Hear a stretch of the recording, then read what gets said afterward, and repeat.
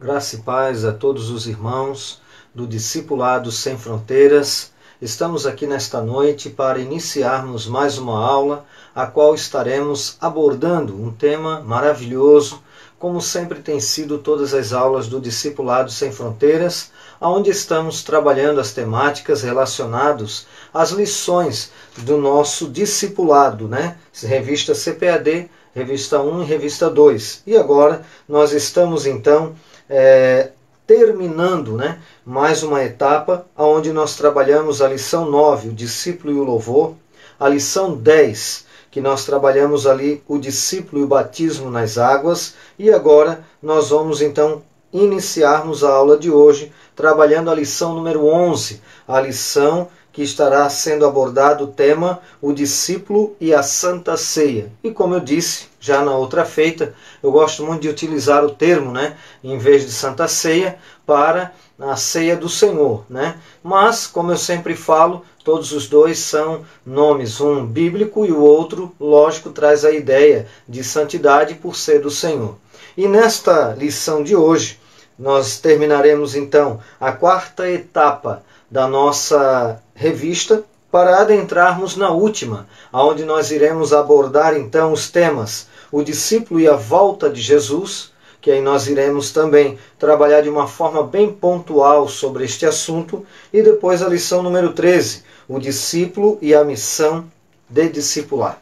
Apenas para nós fazermos aqui apenas uma introdução, trabalhando um pouquinho daquilo que foi mencionado na aula passada, nós falamos sobre o discípulo e o batismo nas águas.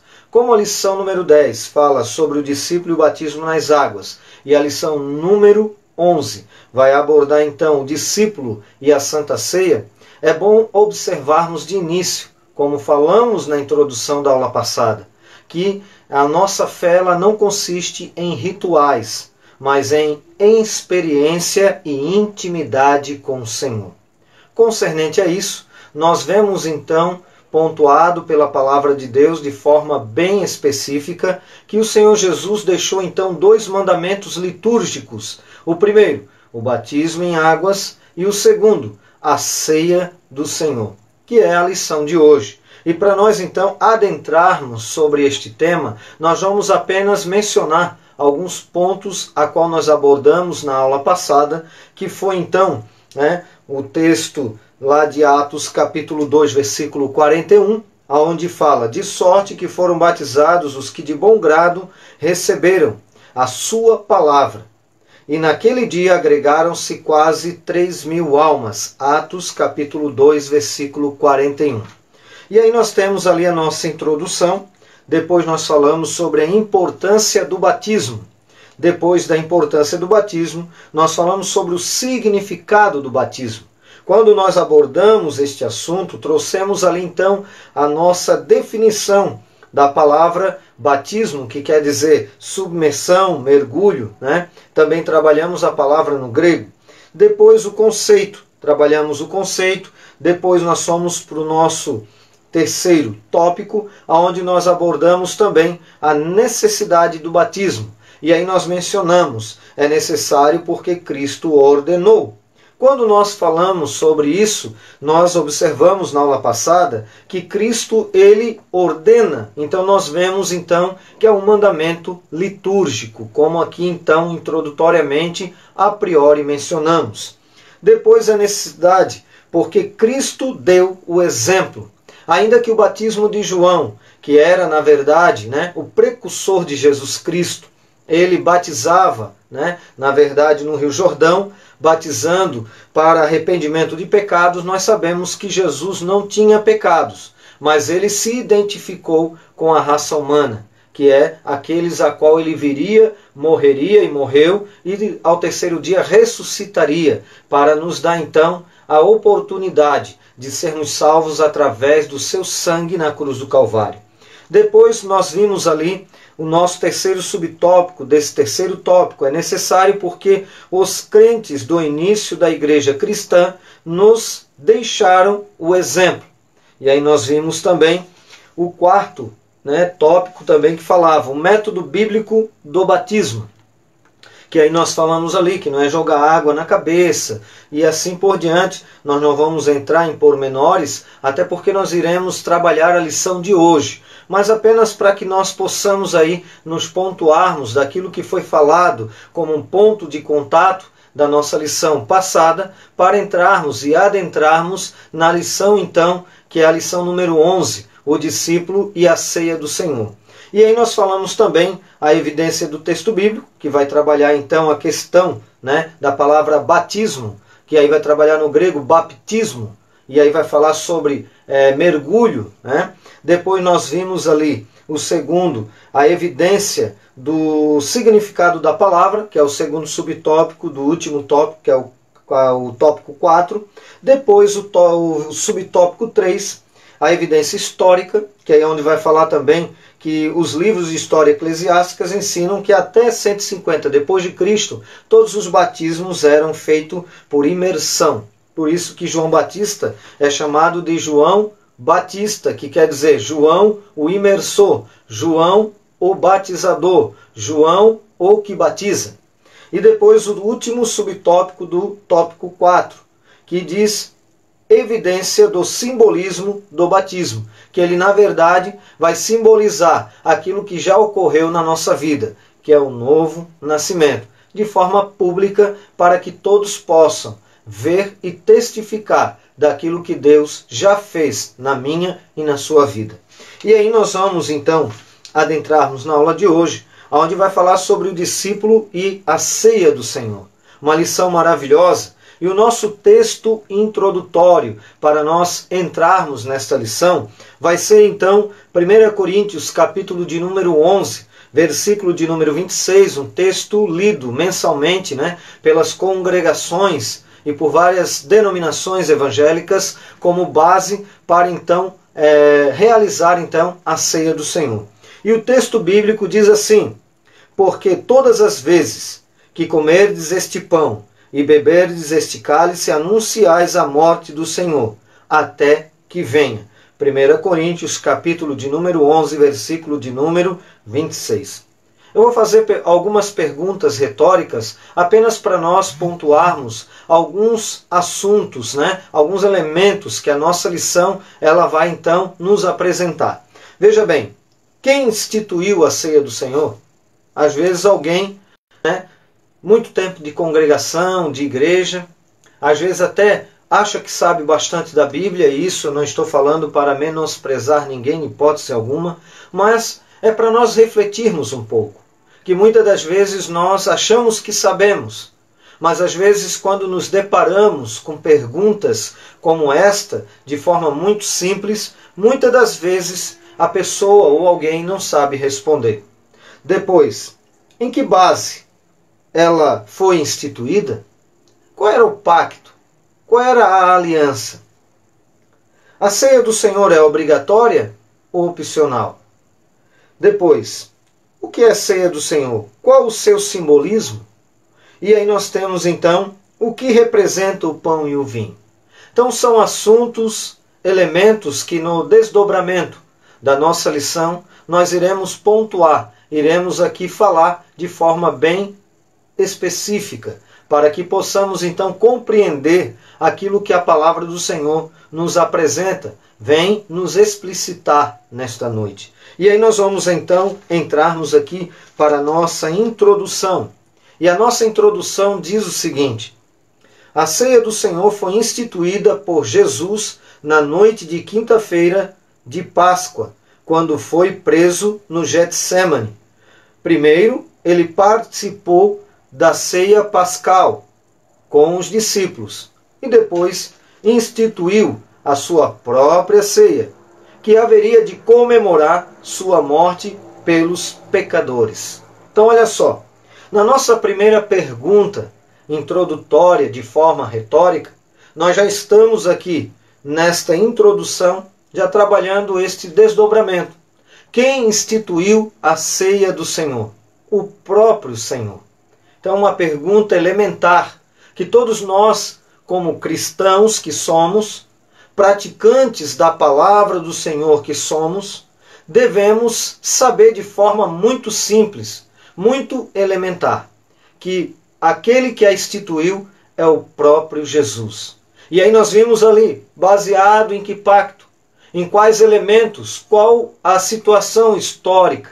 E aí nós já vemos aqui também, com certeza, que ele então estava comendo a Páscoa, que no hebraico é Pesa, que é a Páscoa, que no Antigo Testamento ela na verdade estava trazendo, na verdade ali, uma questão importantíssima ao povo hebreu, que era a libertação, simbolizava a libertação do povo de Israel da mão dos egípcios.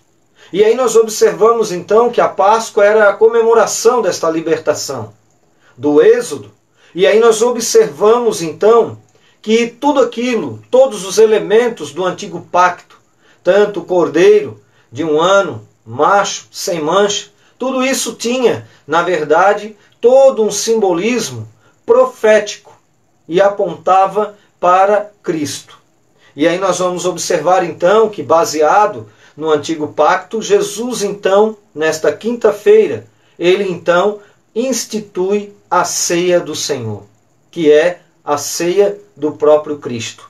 E aí nós vamos ver aqui o significado e a finalidade da ceia do Senhor.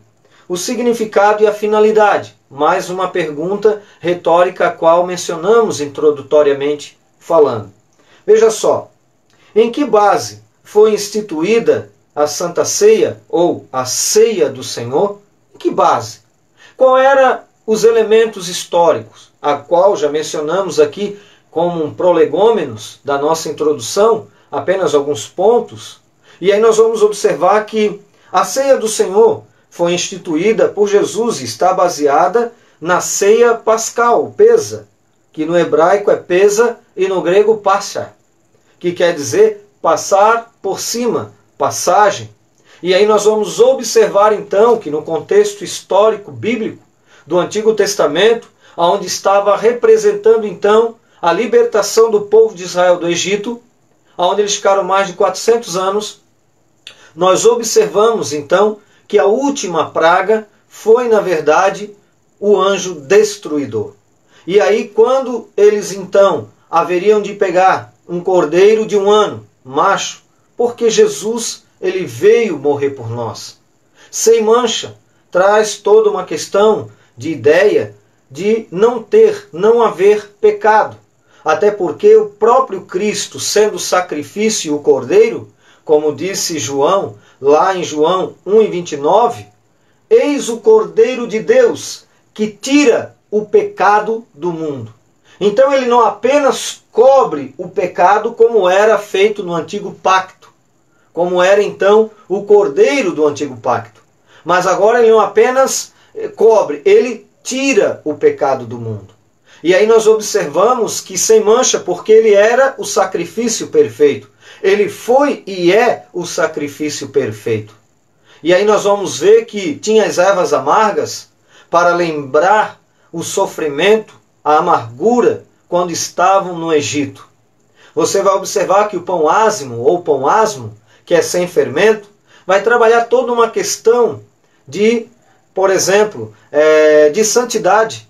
Ainda que em um texto Jesus menciona que o pão, quando ele é fermentado, trabalha então uma alteração sobre a massa, ele traz a ideia em uma só feita, num dos evangelhos, como crescimento do reino de Deus. Mas nos demais aplicações vai trabalhar toda uma ideia histórica, bíblica e cultural de santidade, sem alteração da massa. E também porque fizeram as pressas para mostrar que eles precisavam sair do Egito. E aí nós vamos observar aqui que diz o seguinte, e ao mesmo tempo, nós vamos ver, a ceia do Senhor foi instituída por Jesus, está baseada na ceia pascal, e aqui em alguns pontos já mencionei aos irmãos, dos judeus, que apontava para o passado e ao mesmo tempo para o futuro. Por que ao passado e ao futuro? Ao passado porque estavam sendo libertos do Egito. E ao futuro porque eles iriam entrar numa terra a qual manava leite e mel. E ao entrarem nesta terra, eles também começaram a então praticar a ceia, ou o Pesa, ou a Páscoa, a comemorar a Páscoa de forma anual. E aí nós vamos ver aqui que diz o seguinte: em relação ao passado, servia para comemorar a saída do Egito, como aqui mencionei, onde o povo de Israel esteve em cativeiro durante mais de 400 anos. E o futuro prefigurava o sacrifício do Messias. Então tudo que nós vamos observar dentro dos elementos do Antigo Testamento apontavam e nos mostravam de forma muito clara o próprio Senhor Jesus, que é o Cordeiro de Deus que tira o pecado do mundo. Nós vamos ver então, o Cordeiro Pascal apontava para Jesus. Ele seria sacrificado como o Cordeiro de Deus que tira o pecado do mundo. Através da morte de Cristo, uma nova aliança entre Deus e seu povo seria estabelecida, onde os laços de sangue seriam substituídos por laços de fé. Na antiga aliança, o povo de Deus era constituído pelos descendentes de Abraão. Olha só, na nova é constituído por todos aqueles que recebem Jesus como Senhor e Salvador. Louvado seja o nome do Senhor. O nosso segundo subtópico aqui, do nosso primeiro tópico, vai abordar o seguinte: dentro da temática, o significado e finalidade da ceia do Senhor. Veja bem, qual o significado da ceia do Senhor? É a cerimônia mais solene da igreja. A ceia do Senhor simboliza a morte de Cristo em nosso lugar, na qualidade do Cordeiro Pascual. E aí nós vamos, Pascal, sacrificado para livrar-nos do pecado e da morte. Ela simboliza a libertação dos pecadores, libertação do pecado, de Satanás e da morte. Eu costumo sempre mencionar, irmãos, que o povo judeu, na época de Jesus, eles estavam preocupados em serem libertos da escravidão de Roma, porque eles eram vassalos de Roma. Só que Jesus veio não para livrá-los de Roma, mas veio para livrar a humanidade de algo muito pior do que Roma, que é o pecado e o próprio Satanás com a força do pecado, para que pudéssemos então sermos alcançados por Cristo, para então termos uma nova vida na sua presença. E aí nós vamos observar aqui para quem foi constituída. Aí nós vamos observar que foi constituída para o povo de Deus, para o povo da nova aliança, que é, na verdade, todo aquele que nasceu de novo, todo aquele que, demonstrando no batismo, como foi a aula passada, ele nasceu de novo para Cristo. Como Jesus falou a Nicodemos, quem não nascer da água e do Espírito não pode ver, não pode entrar no reino de Deus. O que é nascido da carne é carne, o que é nascido do Espírito é Espírito. E aí nós observamos ali Jesus mostrando a Nicodemos que é necessário nascer de novo. Então, para todos esses que nasceram de novo, estão na nova aliança, são então alvo deste segundo mandamento litúrgico, que é então a ceia do Senhor. Então, quem deve praticar a ceia do Senhor, comemorar a ceia do Senhor, é a Igreja de Cristo. É, na verdade, o povo da nova aliança. E aí nós vamos ver aqui, a ceia foi constituída para ser celebrada pelos crentes ou pelos cristãos biblicamente batizados e que estão em comunhão com sua igreja. Deve ser comemorada exclusivamente em reunião da igreja, não por uma associação, não por algum clube, se é que poderíamos dizer assim. E aí nós vamos ver aqui, não deve ser celebrada por instituição alguma, a não ser a igreja. Nós temos então nosso quarto subtópico. Quais as finalidades da ceia do Senhor? A ceia do Senhor é uma cerimônia memorial. É importantíssimo. Por que o memorial? Porque vai fazer memória, vai fazer lembrança da morte de Cristo na cruz do Calvário. E como Paulo menciona lá em 1 Coríntios capítulo 15, se Cristo não ressuscitasse, a nossa fé era vã. seria vã. Então ele ressuscitou. Na ceia nós lembramos do sacrifício de Cristo de forma substitutiva, né? Como nós chamamos teologicamente, um sacrifício vicário, que quer dizer substitutivo, tomando a nossa vez. Ele morre e ressuscita para que eu e você pudéssemos e possamos viver em novidade de vida. E aí nós vamos observar aqui que é um memorial, isto é, que serve de lembrança e também faz-nos lembrar da pessoa e obra de Jesus Cristo. Então, além de um memorial, está fazendo lembrança daquilo que Cristo fez por mim e por você. É muito importante nós analisarmos, porque Jesus falou que era para nós fazermos isso. Ele fala aos seus discípulos, né? Fazer isso em memória de mim, que é o texto lá de Lucas, né? Capítulo de número 22, versículo 19. Tomando um pão e tendo dado graças, o partiu e lhes deu, dizendo: isto é o meu corpo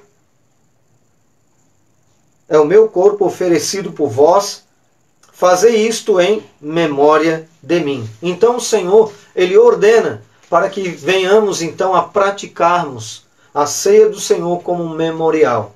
É interessante que dentro da história, né, da teologia em si, principalmente ali do período da Reforma, nós vamos ver alguns desdobramentos concernente também à ceia do Senhor, aonde nós observamos, por exemplo, né, uma posição ali de Zwinglio, aonde ele trabalha a concepção da interpretação de um memorial na ceia do Senhor, e Calvino, ele trabalha toda uma questão, então, da presença do Senhor na ceia.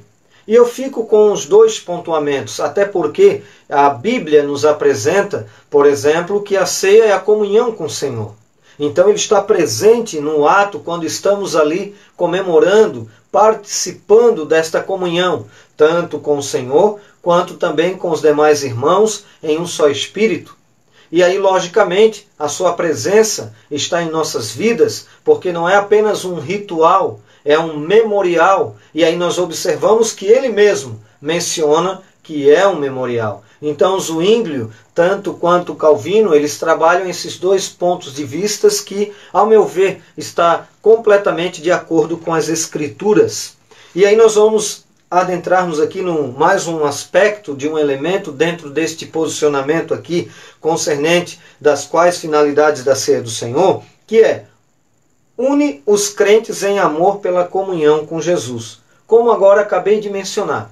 E para nós marcarmos aí esta comunhão, tanto com o Senhor, na ceia do Senhor, quanto com os demais irmãos, nós vamos ver o texto de 1 João, capítulo 1, versículo 7, que eu acho ele extremamente importante para esta aula, dentro deste assunto, deste aspecto, deste elemento, a qual estamos aqui abordando nesta noite, que diz o seguinte: se andarmos na luz, como ele na luz está, temos comunhão, comum união no grego. Temos comunhão uns com os outros, e o sangue de Jesus Cristo, seu Filho, nos purifica de todo pecado. Olha só, irmãos, se nós não tivermos comunhão uns com os outros, o sangue de Cristo não nos purifica. Então nós precisamos, para termos comunhão com o Senhor, nós precisamos ter comunhão no sentido horizontal, para então termos no vertical. E aí nós observamos que é necessário, porque alguém pode dizer assim: ah, eu não vou em tal lugar, ou tal congregação, ou tal situação, porque fulano de tal estará lá, fulana de tal estará lá. Isso não é atitude de um cristão. Então nós precisamos ter e manter comunhão uns com os outros, e aí o sangue de Cristo nos purifica de todo o pecado. E com certeza, aí nós teremos a presença do Senhor de uma forma toda especial, para a honra e para a glória do nome do Senhor Jesus. E é por isso também que nós vamos observar, por exemplo, que lá no Sermão do Monte, Jesus fala concernente ali à oração dominical. Ele menciona no finalzinho que se nós perdoarmos, seremos perdoados. Se nós não perdoarmos, nós não seremos perdoados. Então, quer dizer, entra de acordo com esse texto a qual nós mencionamos aqui aos irmãos. Então nós queremos aqui caminhar já do nosso meio para o final da nossa lição. Nós vamos ver os elementos que constituem a ceia. Os elementos da ceia são dois: pão e vinho. O pão simboliza o corpo de Cristo, que pelos pecadores foi dado na cruz do Calvário. Olha só, irmãos. O vinho simboliza o sangue de Jesus derramado para a remissão dos pecados da humanidade. Agora, vamos nos deter um pouco no significado de cada elemento da ceia. O significado do pão. Na ceia da Páscoa, que Jesus celebrou com seus discípulos na véspera da crucificação, ele tomou um pedaço de pão, deu graças, partiu e distribuiu, dizendo: fazei isto em memória de mim. Lucas capítulo 22, versículo 19. É interessante nós mencionarmos aqui, irmãos, que o pão, ele não fica literalmente, vamos dizer assim, o corpo de Cristo. Ele é um símbolo, tá? Então, é uma representação, e toda representação, ela traz luz, né, a uma realidade, que é Cristo, que pagou o preço na cruz do Calvário, morreu por mim e por você.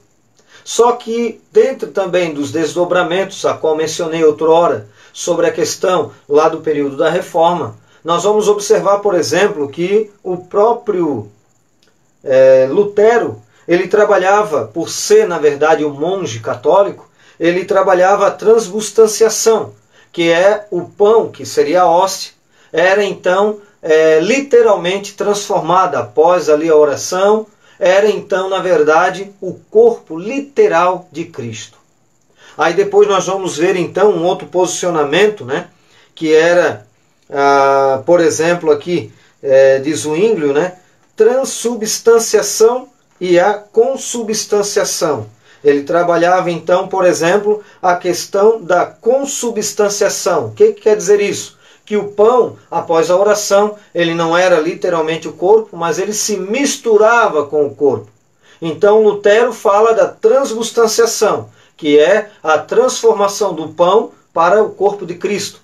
Zwinglio já trabalhava a concepção de consubstanciação, que é elementos, misturavam-se tanto o corpo quanto o pão. E aí nós vamos observar então que não tem apoio nas Escrituras esta situação, porque nós vamos observar que Jesus, ele mesmo menciona que é, na verdade, símbolo do seu corpo, e o vinho ou o suco da vide é, na verdade, símbolo do seu sangue, que foi derramado na cruz do Calvário. O sangue da nova aliança, que no grego nova aliança é kainos, novo, algo feito, criado recentemente, novo. Pacto, nova aliança, que aí vai trabalhar a palavra pacto no grego diatek, que vai trabalhar a ideia de nova aliança, novo pacto. E aí nós vamos ver aqui, por exemplo, né, o pão simboliza então o corpo de Cristo. O significado do cálice vai trabalhar esse elemento a qual mencionei aos irmãos, que é o cálice da nova aliança, que vai simbolizar o sangue de Cristo, derramado na cruz do Calvário, e após derramado na cruz do Calvário, ele é o sangue da nova aliança.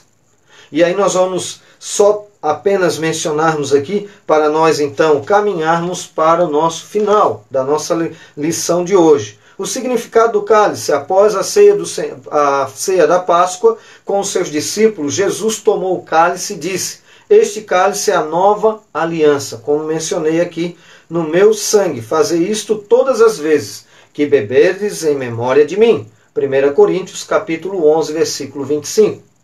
Aí nós vamos ver aqui o cálice e o fruto da vide representam o sangue derramado de Jesus. Significa também a nova aliança selada com esse sangue vertido. Este é o cálice da nova aliança no meu sangue, derramado em favor de vós. Lucas 22, 20. Trata-se do pacto predito pelo profeta Jeremias, lá no capítulo 31, do 31 ao 34. E aí nós vamos ver aqui que Jesus, então, estando no Getsêmani, ele clama ao Pai e disse: Jesus, se queres, passa de mim este cálice. Contudo, não se faça a minha vontade, mas a tua. Então, o cálice representa o cálice da nova aliança, que é o sangue do Senhor Jesus. E aí nós vamos entrar, então, no terceiro tópico, para nós, então, irmos para a conclusão desta aula e louvando ao Senhor por esta lição, por este tema, por esta aula maravilhosa a qual o Senhor tem nos concedido, para que possamos juntos aprendermos mais da palavra do Senhor. Nós temos uma questão muito importante aqui neste último tópico, que vai trabalhar a situação, como o crente ou como o cristão deve participar da ceia do Senhor. Como que ele deve participar? Porque quando nós olhamos o texto lá de 1 Coríntios, capítulo de número 11, versículo 23, o apóstolo Paulo inicia: porque eu recebi do Senhor o que também vos entreguei. É interessante que só podemos entregar aquilo que recebemos do Senhor. Então há necessidade de nós também buscarmos no Senhor, para podermos entregar para aqueles que carecem, que precisam também de uma palavra de Deus e de uma ação talvez aí solidária e assim por diante. Que o Senhor Jesus, na noite em que foi traído, tomou o pão e, tendo dado graças, o partiu e disse: isto é o meu corpo, que é dado por vós, fazei isto em memória de mim. Mais uma vez aqui Paulo menciona aquilo a qual nós já mencionamos, de antemão, mostrando a questão do memorial, que aí nós vamos observar que esta palavra, memória, fazer isto em memória de mim, nós vamos ver que é uma palavra que vai trabalhar essa questão de uma forma bem pontual, anamnesis, tá? Que vai trabalhar a questão lembrança, recordação, tá? No grego. E aí nós vamos ver aqui, por semelhante modo, depois de haver ceado, tomou também o cálice, dizendo: este cálice é a nova aliança no meu sangue, fazei isto em todas as vezes que beberdes em memória de mim. Porque todas as vezes que comerdes este pão e beberdes o cálice, anunciais a morte do Senhor até que ele venha. Que aí nós vamos ter a próxima aula, a volta do Senhor Jesus. Uma lição também extremamente maravilhosa. E nós vamos ver que as lições do discipulado, elas trabalham, na verdade, os temas, dentro da palavra de Deus, aonde nós vamos, então, passo a passo, compreendendo, através dos temas, aquilo que a palavra do Senhor nos ensina. E aí nós vamos ver aqui: este cálice é a nova aliança no meu sangue, fazei isto todas as vezes que o beberdes em memória de mim. Porque todas as vezes que comerdes este pão e beberdes o cálice, anunciais a morte do Senhor até que ele venha. Por isso, aquele que comer o pão e beber o cálice do Senhor indignamente será réu do corpo e do sangue do Senhor. Examine-se, pois, o homem a si mesmo, e assim coma do pão e beba do cálice. Pois quem come e bebe sem discernir o corpo, come e bebe para seu próprio juízo. Eis a razão, porque há entre vós muitos fracos e doentes, não poucos que dormem. Porque se nós julgássemos a nós mesmos, não seríamos julgados. Eu acho isso aqui tremendo, irmão. Para todos os aspectos da nossa vida. Imagine agora aqui na ceia do Senhor. Porque o apóstolo Paulo está organizando a ceia aqui na época, lá da igreja de Corinto. Alguns faziam a festa ágape, que está ali nos versículos finais, que alguns até mencionam na ceia, para que todos possam esperar e comerem junto. Mas ali ele está falando que aquele que está com fome come em casa, porque ali ele está trabalhando um elemento a qual eles faziam a festa ágape, a festa do amor. Aonde vinham então as pessoas mais abastadas, vinham, comiam e deixavam apenas o resto para aqueles que eram mais pobres. E aí você vai ver que Paulo então organiza a ceia do Senhor e trabalha também o elemento da festa ágape. E ele diz: porque, pois o que come e bebe sem discernir o corpo, come e bebe juízo para si. Eis a razão, porque há entre vós muitos fracos e doentes, não poucos que dormem. Porque se nós nos julgássemos a nós mesmos, não seríamos julgados. Mas quando julgados, somos disciplinados pelo Senhor, para não sermos condenados com o mundo. Olha só, irmãos, que importância então nós devemos participar da ceia do Senhor. Então aqui, como o cristão deve participar? Primeiro, com discernimento, sabendo o que tudo isso que nós mencionamos dentro do desdobramento desta lição representa e é a ceia do Senhor, que é, na verdade, um mandamento litúrgico. O segundo, precisa então ter o quê? Participar com discernimento. É preciso que o crente participe da ceia com discernimento, isto é, entendendo o que ela significa e objetiva. Então é importante. Depois nós vamos ver aqui, com um exame de consciência, fazendo uma retrospectiva da sua vida. Para não participar de qualquer jeito, é preciso que o crente se examine-se antes de participar da ceia. Isso não quer dizer que deixe de participar em certas circunstâncias, e sim que se corrija se estiver em falta. E com novo propósito participe da ordenança. Então tem alguém que às vezes, se propriamente ao se julgar, muitas das vezes acaba, por exemplo, se disciplinando a si mesmo. E na verdade ele precisa se consertar com o Senhor. Porque nós precisamos confessar os nossos pecados, as nossas culpas, né? E aí nós temos, lógico, primeiramente a Deus, mas também ao nosso pastor, que uma oração a pessoa já participa com certeza com alegria diante do Senhor. Porque na verdade nós estamos ali porque recebemos o perdão e não porque nós somos autossuficientes. Nós dependemos do Senhor. A salvação provém do Senhor. E a ceia do Senhor é uma celebração solene, onde nós estamos ali para relembrar a morte de Cristo, porque nós somos devedores e pecadores. E para comemorarmos e nos alegrarmos no Senhor, porque Ele morre pelos nossos pecados, mas Ele ressuscita. E aí nós temos aqui então com reverência. Então não é de qualquer jeito, mas sim com uma atitude humilde diante do Senhor, com alegria, para glorificar ao nome de Jesus, que diz, é preciso que o crente ou o cristão participe da ceia de forma reverente e solenemente em virtude do que ela representa, a morte de Jesus. E com certeza, até que ele venha.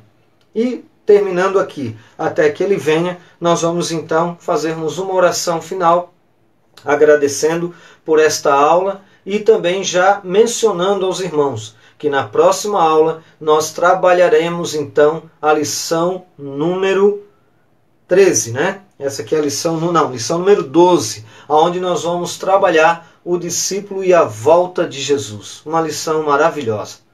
Então nós vamos orar, vamos agradecer a todos os irmãos que participaram conosco desta aula e aqueles que haverão de ver e ouvir também, com certeza, que o Senhor possa te abençoar de uma forma toda especial para a honra e glória do nome do Senhor.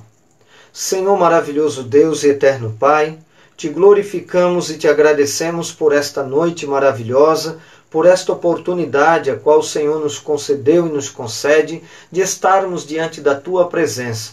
Obrigado por tudo, Jesus. Abençoe a cada um dos Teus filhos, a cada um de nós que aqui estamos e aqueles que haverão de ver e ouvir esta aula, que o Senhor possa abençoá-los, curá-los, para a honra e glória do Teu nome. É o que eu te peço em nome do Senhor Jesus. É o que nós te pedimos, meu Pai. Em nome do Senhor Jesus. Amém. Que Deus abençoe aos irmãos de uma forma toda especial, em nome do Senhor Jesus Cristo. Amém.